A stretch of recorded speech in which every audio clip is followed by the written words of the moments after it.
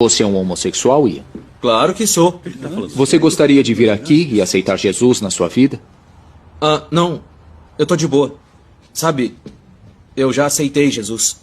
Em Coríntios 6, 9 e 10 diz: nem os devassos, nem os adúlteros, nem os homossexuais vão herdar o reino de Deus. Amém.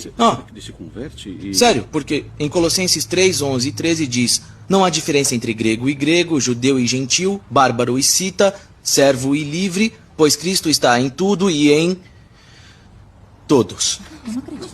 Coríntios 6, 17 a 20. Fujam da imoralidade sexual. Todo pecado que o homem comete é fora do corpo, mas quem peca sexualmente peca em seu corpo. Gálatas 5,14. Porque toda lei se cumpre numa só palavra: amarás ao teu próximo como a ti mesmo. O desejo da carne não vem do Pai, mas do mundo. Ai de vós, escribas e fariseus hipócritas. Enfim, esse vídeo é o recorte de um filme ou de uma série. Confesso que eu desconheço. Se você conhece, descreve aqui nos comentários de que filme ou série se trata, porque sempre tem gente que se interessa por assistir. Mas o que eu quero é trazê-lo aqui, esse recorte mesmo, como uma ilustração para a gente refletir aqui alguns pontos. O primeiro deles, eu não vou entrar nas sendas teológicas dos versículos, sobretudo os que foram utilizados pelo religioso ali em questão para querer sentenciar e condenar uma pessoa que se posiciona ali naquela reunião a partir não de uma escolha, mas de uma condição de ser. Se isso esteve oculto durante séculos da compreensão humana, sobretudo favorecido pelo moralismo comportamental e depois assumido pelo moralismo religioso, ok, mas hoje, com a ciência, é possível compreender a homossexualidade como uma condição psicoafetiva, que, portanto, não tem a ver com escolha, pelo contrário, vem antes dela. Inclusive a palavra homossexualidade que ele utiliza como suposta descrição literal do que está escrito num versículo, isso daí são traduções atuais, porque no original não tinha esse tipo de designação, no original no grego. Sim, porque homossexualidade é uma palavra moderna, mas enfim, tudo isso eu já falei em outros vídeos e eu não quero me fazer aqui repetitivo. E nesse vídeo aqui eu quero apenas destacar 2 pontos para a gente poder pensar. O que eu quero destacar aqui é que a Bíblia é um livro composto por inúmeros livros, autores, e que foram escritos em épocas e contextos e culturas diferentes um dos outros. E ela vai estar sempre sendo utilizada, no final das contas, para respaldar um legalismo que autoriza o sujeito a condenar e a sentenciar o outro, ou ela vai ser usada, por exemplo, para respaldar caminhos de vida, de fortalecimento, de verdades que edifiquem, de verdades que construam o benefício no ser. Sim, se você for parar para ver, a Bíblia já foi utilizada como respaldo para escravização de pessoas.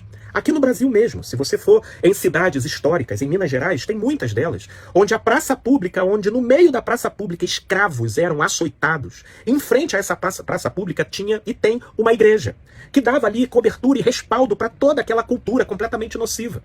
Sim, a Bíblia até hoje é utilizada para respaldar, dentro de muitas igrejas, principalmente evangélicas, o silenciamento de mulheres que são diabolicamente espancadas dentro de relacionamentos demoníacos, de tóxicos, muitos deles culminando em feminicídio, por causa de doutrinas e interpretações literalistas e dogmáticas da Bíblia que oprimem pessoas. Então, a Bíblia, ela pode ser instrumento de opressão e de morte.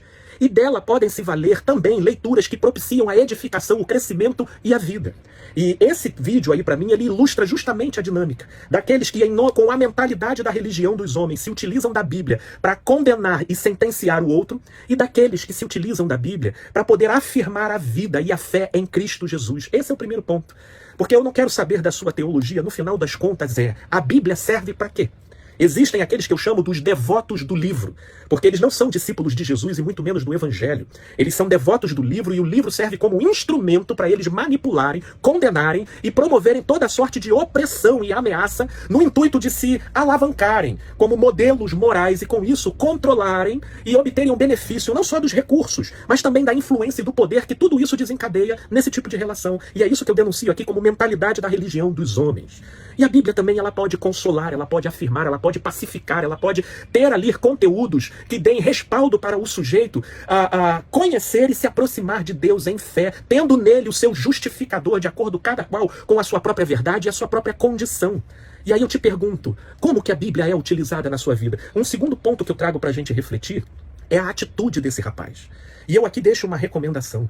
Parem de ficar negociando a própria consciência de vocês com esse discurso dogmático, literalista e seletivo, hipócrita da mentalidade da religião dos homens. Parem de ficar forçando querer caber em instituições que não são inclusivas, que são excludentes, que estabelecem uma métrica arbitrária e hipócrita, né, excluindo uns em detrimento de outros e baseados em doutrina de homens, e não numa percepção amadurecida do espírito. Parem com esse tipo de forçação. Parem de ficar sujeitando a propriedade da confiança e da fé de vocês nas múltiplas opiniões de pessoas e passem a observar os frutos.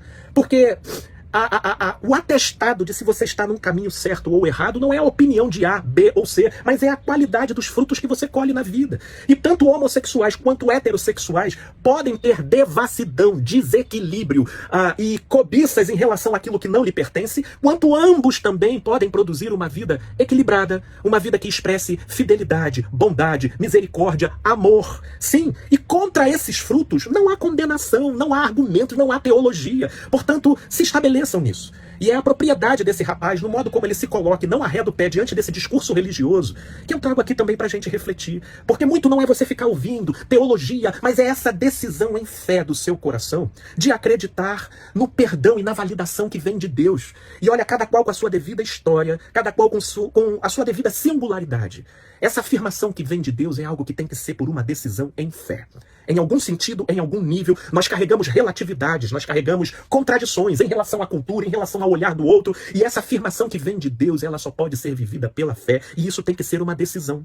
E é isso que eu quero trazer esse vídeo apenas como uma ilustração. Repito, é um filme ou uma série, mas sobretudo para trazermos aqui o X da questão. Você se decide ser justificado em Deus a partir de quem você é, e isso pela fé. Então isso basta. E com isso, meu Deus, procure se aproximar e se relacionar ou se vincular a contextos e instituições que, meu Deus, sejam inclusivas, sejam amadurecidas. E não essas que, meu Pai do céu, se esforçam em querer sobrecarregar os outros com um peso que eles com um dedinho jamais conseguiriam suportar. É para pensar, gente boa, paz e luz, meus amigos e amigas.